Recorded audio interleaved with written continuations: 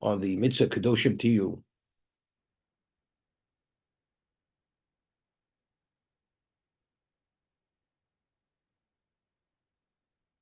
First, he says, what exactly is the intent of this mitzvah? You should be holy. If you remember, Rashi explains the word, the mitzvah of Kedoshim, you should separate from forbidden sexual relations. Because wherever we find that we're not associated with that, we find Kedusha. That's Rashi. So he says, in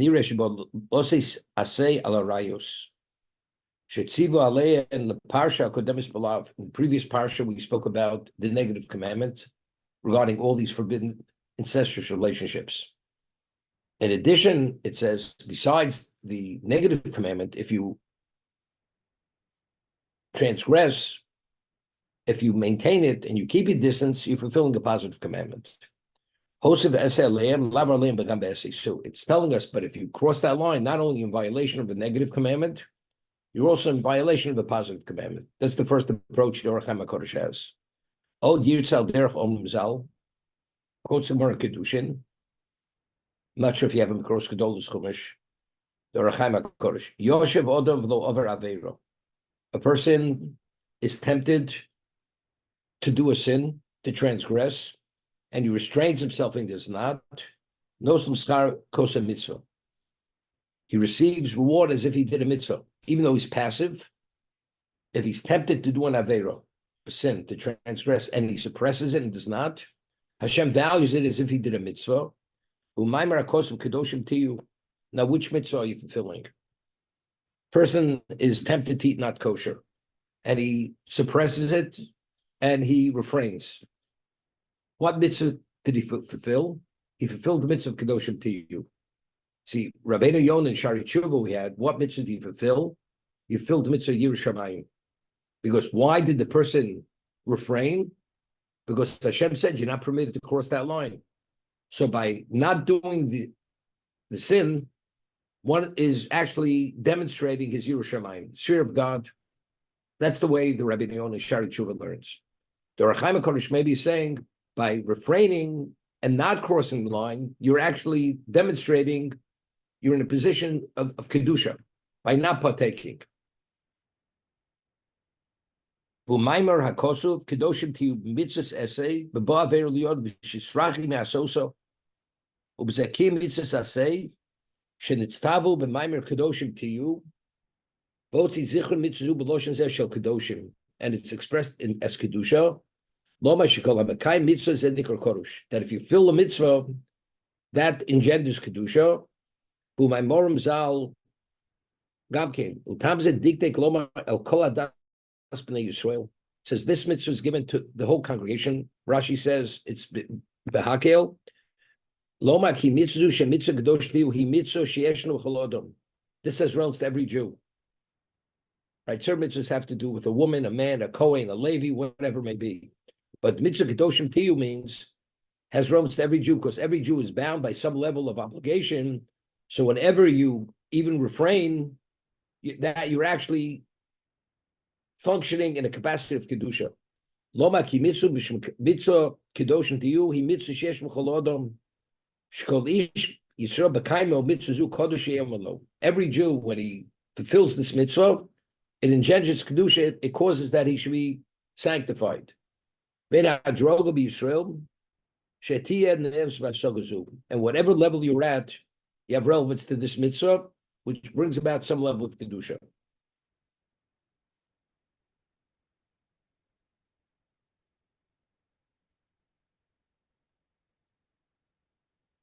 Now he says something interesting. He says, it says, Daber v'amarto. It says you should speak to the Jews and you should say to them. If you speak to them, you're saying to them, Dibur kosher berech over.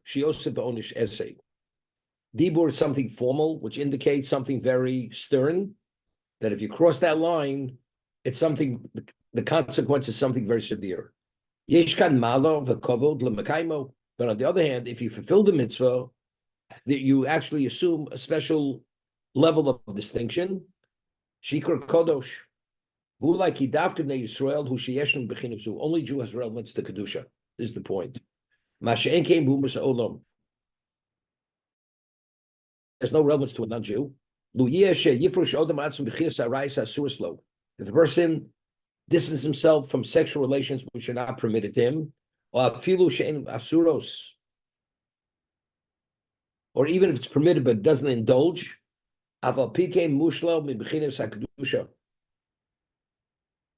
he still has no relevance to Kedusha. They say, Omar, B'nai Yisrael, the Jew has relevance to Kedusha, but not the non-Jew. That explains.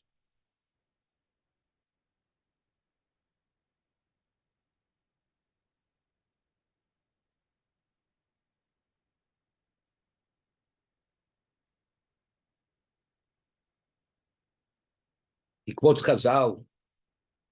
The Chazal tell us, it's a Torah Kohanim, Im atem mekachim atzmechem malani alechem kilu kidash mosi. When you sanctify yourself, Hashem says, I value that as if you sanctified me. Zetia kavonos ki kodosh ani hodato hodoas moeles toeles hanimshach. Vodato hefcho kemo shesim shematana v'im ena tem mekachim atzmechem. And if you don't sanctify yourselves, malani atzmon ki lo kidash mosi. V'ulai ki gam lezeh kiven a kefil davro marto. L'koshi anibshach im lo yikachu atzmon. L'romos hanizbav im yigdashu atzmon. It's giving me two sides of the coin. If you don't sanctify yourself, it's something very severely consequential. And if you do, it's vamarto, then it's something, it gives you that special distinction.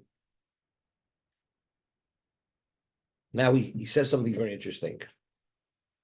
You know, in the church, there's celibacy.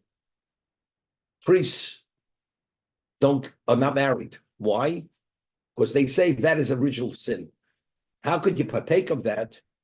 Because procreation, you have to have a desire for the woman, because otherwise the woman cannot conceive. The man cannot inseminate the woman. So automatically, every act of procreation is associated with desire. And that's sinful. That's something impure. So the fact is, the Torah says you have to be holy. You have to be totally detached from physicality. But yet there's a mitzvah. The first mitzvah of the Torah is procreation. So if a Jew is obligated in procreation, and he's obligated to engage in that type of activity, the Torah says, put your hand in the fire and not get burnt. It's not possible. So how do we somehow reconcile Kedoshim to you with what? With the mitzvah that has to do with it arouses our desire and causes us to be more involved in something which is contradictory to Kedusha. So the Orach Chaim is going to tell us that what the Torah is saying, that whenever you do a mitzvah, the mitzvah creates a spiritual energy, and it spiritualizes that part of your body. Person gets tzedakah, you use your hand for a mitzvah, your hand assumes a holy status, and that holiness draws you to only things which have to do with Kedusha.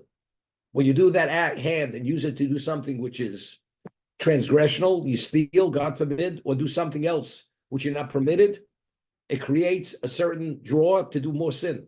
The concept of Aveiro Goresh Aveiro, Mitzvah Goresh Mitzvah.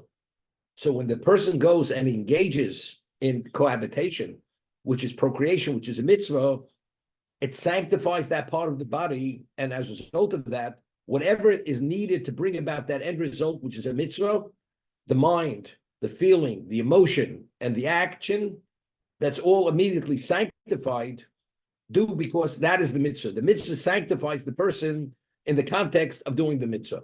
That's the Orach Chaim HaKodesh.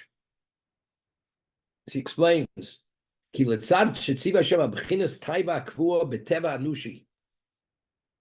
Hashem commands us to engage in something which is the ultimate in desire, which is part of the nature, the natural makeup of a human being.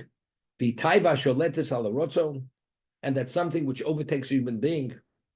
V'aksad parshas hakodemes, k'masa Mitzrayim, we had in the previous portion that you're not permitted to behave in a certain way because that's where the Egyptians behaved themselves, and it's considered an abomination. Ki b'china zu ein yicholes b'odam lishlot aleo. What the Torah is telling us, that area you have to stay away from, because if you enter into there, it overtakes your life. If a person engages in this illicit type of sexual behavior, it will take over your life. It's like becoming addicted, becoming a drug addict.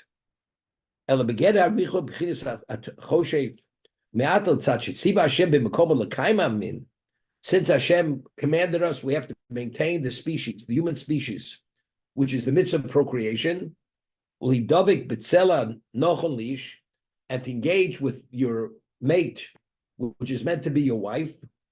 Yesh motzi rav b'bechina lezgaber bo bechinas cheshek b'zgaber v'notzeach harotzim b'hovcho. Ve'in odom sholei ba'atzmo lishomim na'arayos shetziva Hashem aleim. V'imkei monov shoch yaseh mitzvah derech gever ba'almo l'kai mino hine hu mushlo b'shmir sarayos. He's asking the question. Yimna atzmo min kolikers. That's the case. Maybe there's an area a person should stay away from, because automatically you go there, you can be drawn into it. Hine vatal mitzvahs pri ribio, a mitzvahs hibel. If that's the case, how does one perform procreation or levirate marriage? If a brother dies childless, the surviving brother has an obligation to marry the sister, which is normally incestuous relationship, to fulfill the mitzvah of yibum. Came Bob Maimer Hashem Kav Tziva Benimus Imre Kodesh Kedoshim to you. That's what the Torah is telling us. Pirishi Yagdishu Atzma B'Masim Asher Bo Aleim HaMitzvah Soso. If it's a mitzvah to do it, that's an act of sanctification. Pirshol Yasa Dover L'Taibas HaGeshem Ulahashlim HaChevet Sasholo Asus Dover. What the Torah is saying, when you engage, don't do it for the sake of desire. You should have in mind doing it for the sake of the mitzvah. And when you have in mind to do it for the sake of the mitzvah, that intent will protect you. You should not be drawn into that animalistic act that it should take over your life. It's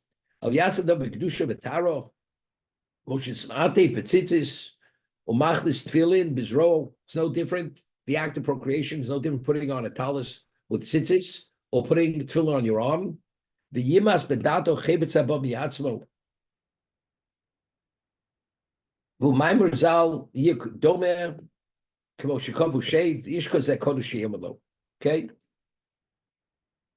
so on that he asks, even if you have that in mind, will it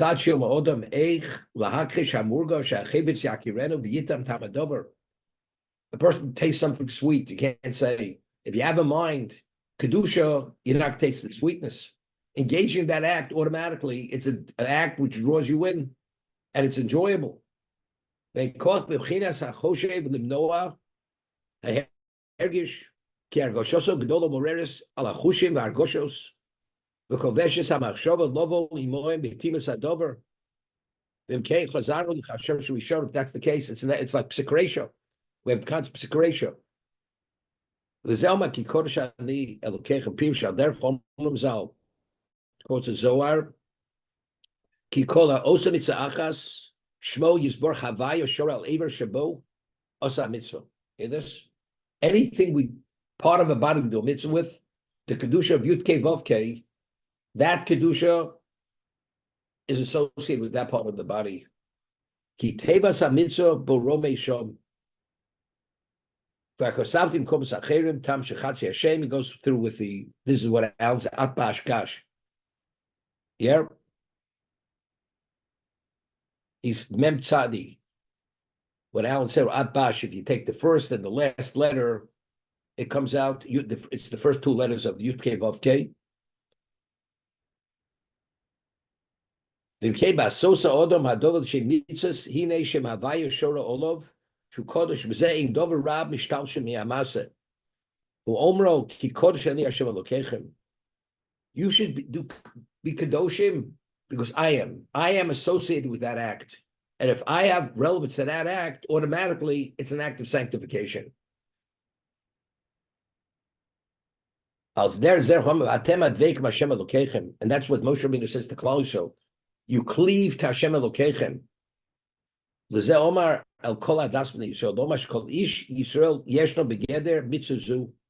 Every Jew has relevance that whatever we do, if we do it with the context of a mitzvah, automatically Hashem is associated with the action, and therefore there's no negative consequence. Okay.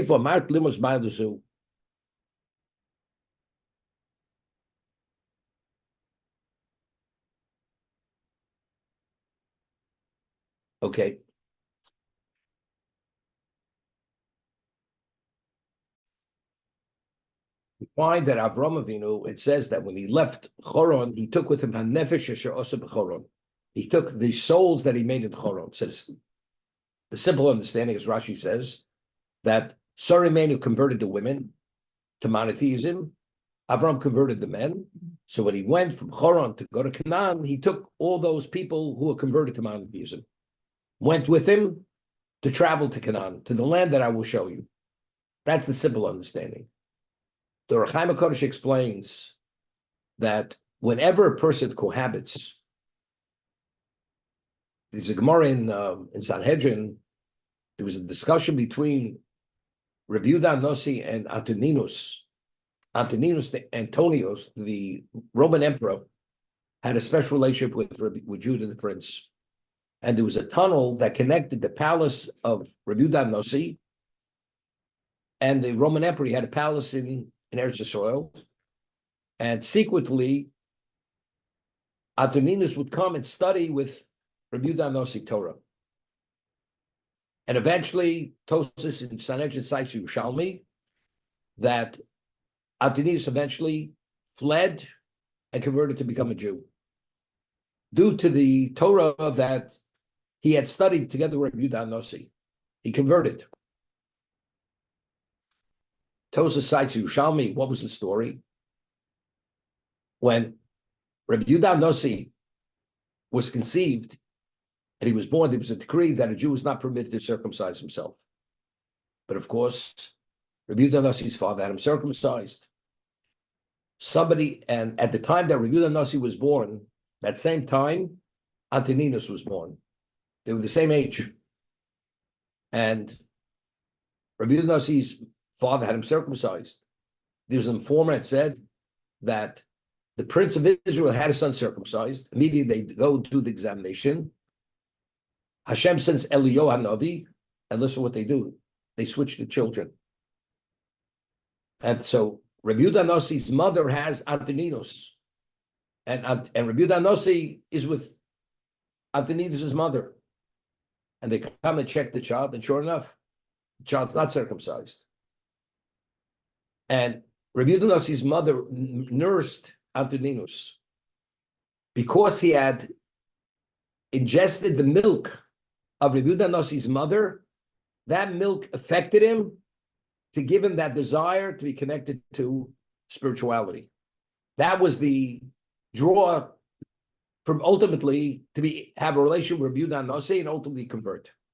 That's the Yerushalmi, because he had been nursed by Rabbi Yehuda Nossi's mother just a very short period of time. That made a difference. That touched him to activate the spiritual journey which he took to eventually ended with conversion. So there was a discussion when they had these secret meetings and they would study, when does the soul enter into a child? Does the soul enter into the child at the time of conception?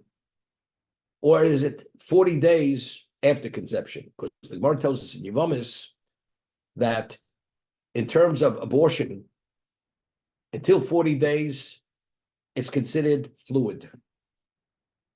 The semen, even when it fertilizes the ovum, it's just fluid. So if one aborts the child before 40 days, it's not considered an abortion in terms of taking a life. After 40 days, it's considered like taking a life, because the life begins at day 40. That's the Gemara. So there's a discussion of Yehuda Nossi and Antoninus. When does the neshama go into the child? Is it at the time of conception? Or is it when life happens, that's when the neshama goes into the child? Rabbi Yehuda Nossi says, well, evidently it must be at the time of 40 days, when life begins. Antoninus says, no, it has to be immediate. Why does that be immediate? Because we know, the Gemara tells us in Shabbos, that the Jews who were not permitted to cohabit with their wives within 3 days before the Torah was given at Sinai.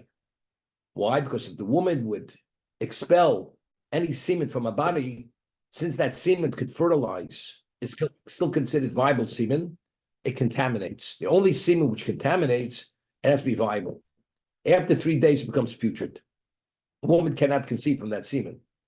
Therefore, within 3 days, it's a problem. After 3 days, it's not a problem because that semen is considered it's considered putrid. No longer could fertilize the ovum. Okay?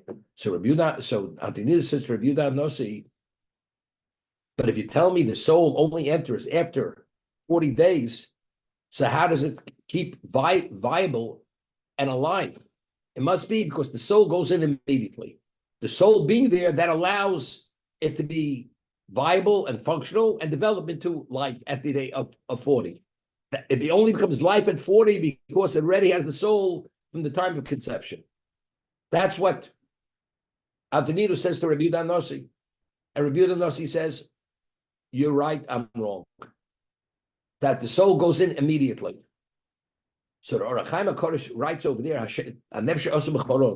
although Sarah Menu was barren, whenever Avram Avinu engaged in the act of procreation with Sarah Menu, there were souls that he brought down into this world.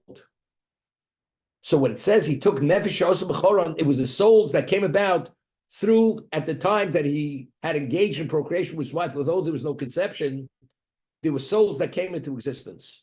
And those are the souls he took with him to Choron. Okay, that's the Orach Chaim HaKadosh over there, based on the Zohar.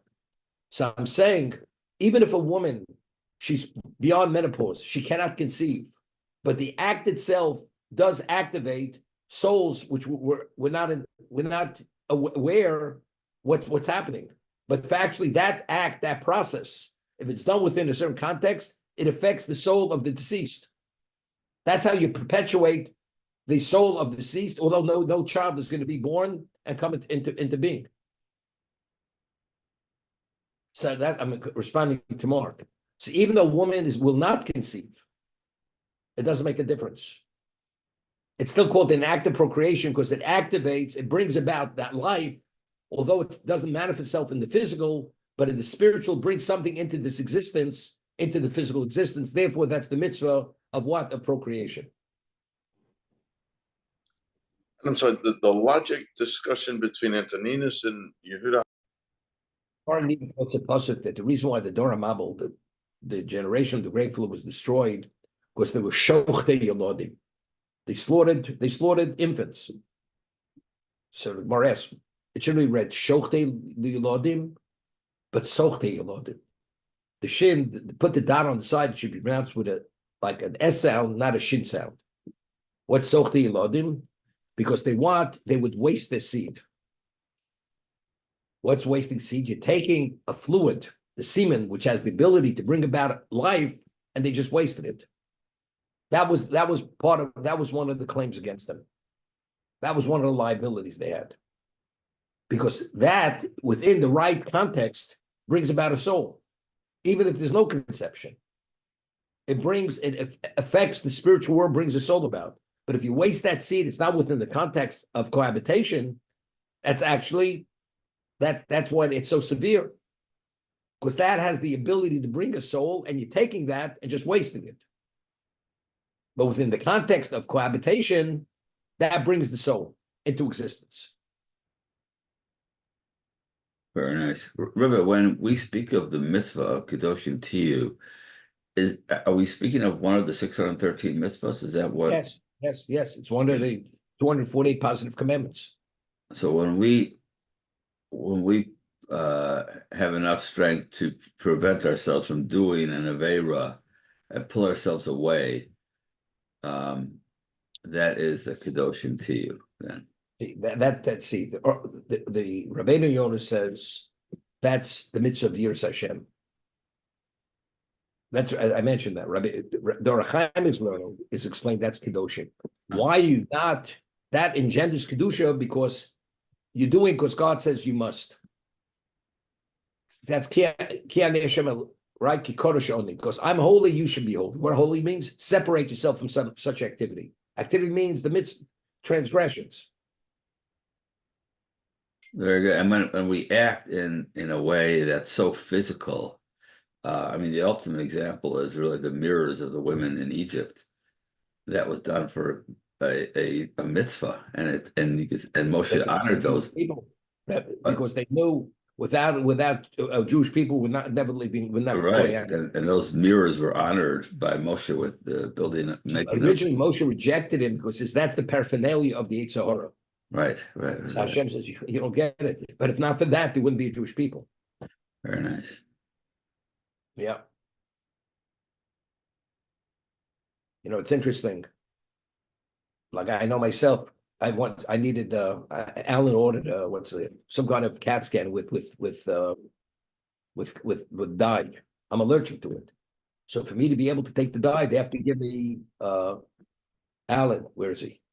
They have to give me prednisone and Benadryl. that I shouldn't have an allergic reaction.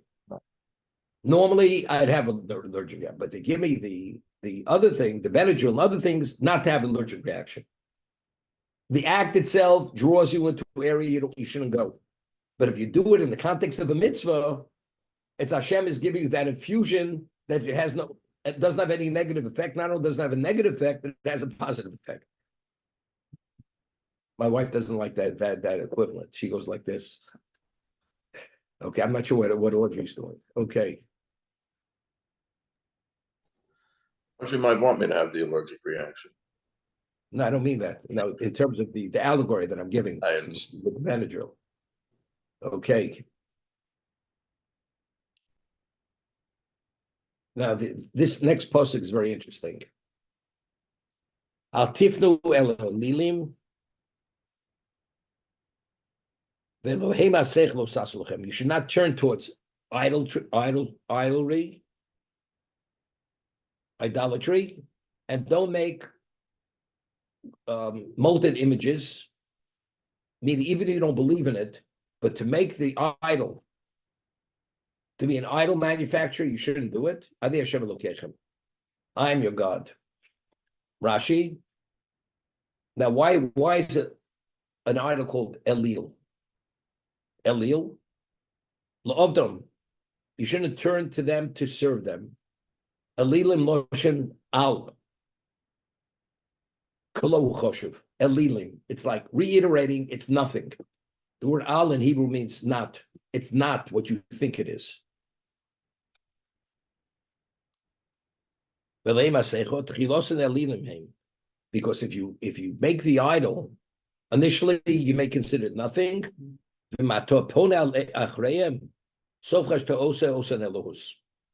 If you give it any degree of value, it could draw you, it'll take on some kind of degree of deity. I'll give you an example. The story of Rabbi Pinto.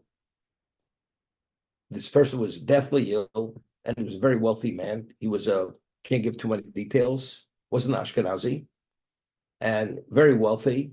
And he's a man who traveled the world. And his family asked that Rabbi Pinto should come to the house. He was literally towards the end. He was dying of cancer. Rabbi Pinto comes to the house. He looks around, and Rabbi Pinto asked me to come with him.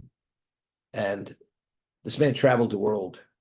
They were Buddhas, all kinds of different icons that were literal idolatry. They were idols.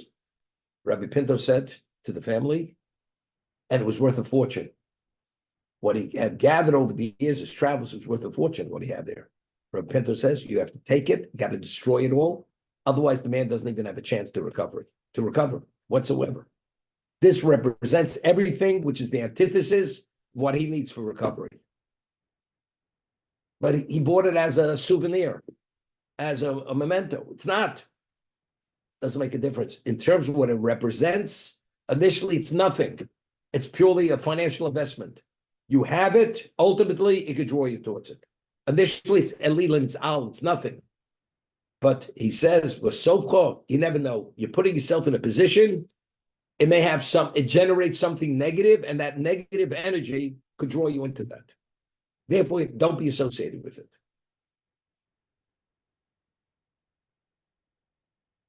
So there's a famous Rambam on this.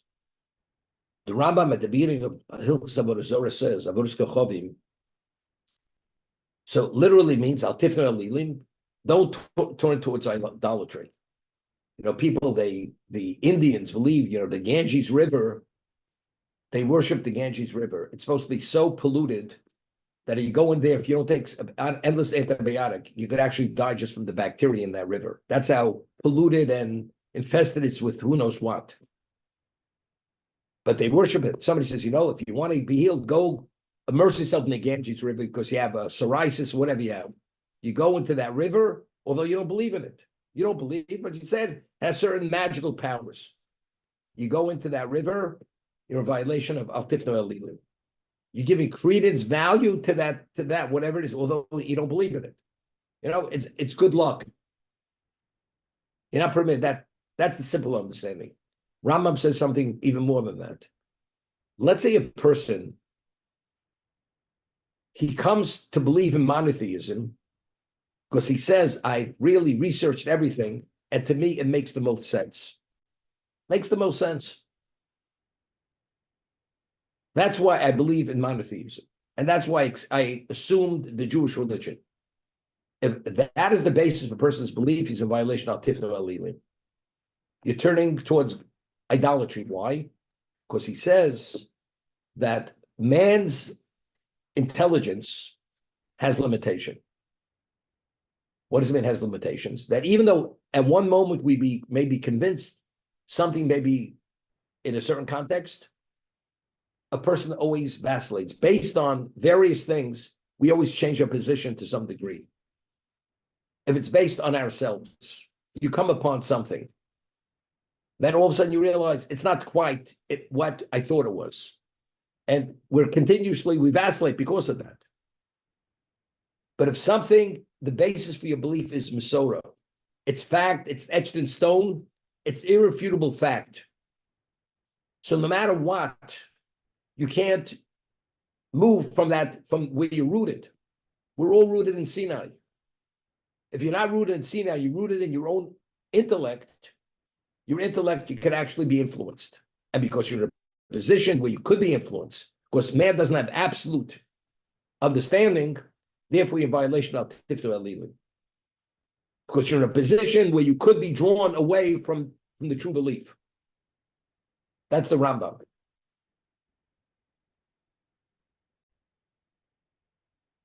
The prophet is a false prophet. Meaning a person who's an established prophet, he tells you on a temporary level, eat not kosher. Bring a korban outside of the Beis Hamikdash. If he's an established prophet, you're permitted to listen to him. Like Eliyahu Bar Carmel. He brought the sacrifice on Har Carmel when you weren't permitted to bring sacrifice outside the Beis Hamikdash. Because he was an established prophet. However, if he tells you to go do idolatry, Torah says explicitly, he's a false prophet. He's a false prophet. Samara says, how does one become a prophet? You must first do a supernatural act, which is a miracle, and forecast the future. And he does it. And nevertheless, if he tells you to do idolatry, he's a false prophet. So the Gemara asks, it hadn't rained in years. And this prophet tells the people that if you go and you slaughter your child, it will rain. It will rain. So evidently you see that what? If you slaughter that child for a deity, it's going to rain. And it rained. So you see, it works. And the prophet proves himself that what he's saying is, in the name of God, you should go slaughter the child for the deity. He's a false prophet. Samara says, but it rained. He says, that's to test you. Hashem made it rain when you did that, and you should believe it's the deity. But it has nothing to do with the deity. God is testing you. Therefore, and it's explicit, therefore, if it has to do with idolatry, it means it's anything that is in control of this existence. Outside of God, that's idolatry. That's what a deity is. Deity is a power which is independent of God. That's the basis of idolatry. So, Al Tifna Alilim, if there's even a chance you may vacillate, even today you're convinced, and you can't be distracted or deterred from doing the right thing, doesn't make a difference. Because you're not rooted sufficiently. There's a Sepharno, until Sinai, how do we know a prophet was a prophet? Avraham Avinu comes and says to his son Yitzchak, God said I should take you and bring you as a burnt offering. Yitzchak accepted it. Until Sinai, the only one who knew he was a prophet was the person who actually had the communication with God. The third party, how does he know the prophet's a prophet? It's because based on the behavior of the prophet and what he says, it's based on an evaluation to say, I'm convinced. It's based on being convinced. After Sinai, it's no longer based on being convinced. At Sinai, Hashem chose Moshe Rabbeinu, who says, if the prophet does this and this and this, he's a prophet. If he doesn't, he's not. Even though you're convinced, you're not convinced unless he meets the criteria which is set by the Torah. Only then is the prophet the prophet. Otherwise, he's not a prophet. But until then, how do you know what a prophet is? It was only the prophet who receives the communication does he know he's a prophet. So Al Tifnei Al Lila means once Sinai happened, now you have it given where it's secure, irrefutable, because it's fact, which is the irrefutable fact, because of the experience what took place at Sinai. That's Al Tifnei Al Lila. There's a famous Rambam. The Rambam says that even a person who's a non-Jew, but if he abides with the Shem Mitzvah Noach, he has a share in the world to come. He's considered Mechasidi Olam, from the devoutly righteous Gentiles. Rambam says that's only if he fulfilled the Shem Mitzvah Noach, because they were given at Sinai. If he does that because only humanitarily, to kill is inhuman, to steal is unacceptable. And it's not based on because it was given at Sinai for the non-Jew to live within the context of Shem Mitzvah Noach, he has no share in the world to come. Although he's living like a righteous Gentile. The righteous Gentile has to be rooted in what? In Kabbalah Torah. That's the Rambam. So they say, why? For the same reason. Because until then, how do we know? How do we know Adam was given? Was given the Shem Mitzvah Noach? The answer is because the Torah says so. It's all extrapolated from the Torah. If not from the Torah, well, we consider hearsay. It's hearsay. Well, they say, Hammurabi's code is very similar to what? To the Yasser Sadibris. Hammurabi's code. That was Hammurabi, but it had no relevance to whatever. He came upon it. That was to have a civilization, you must live within that code. But that's not what it's all about. It's because Hashem dictated and communicated it. At Sinai, this is my will, and you cannot veer from it under any circumstance, unless I told you you can, which is a question of Pikuach Nefesh, maybe.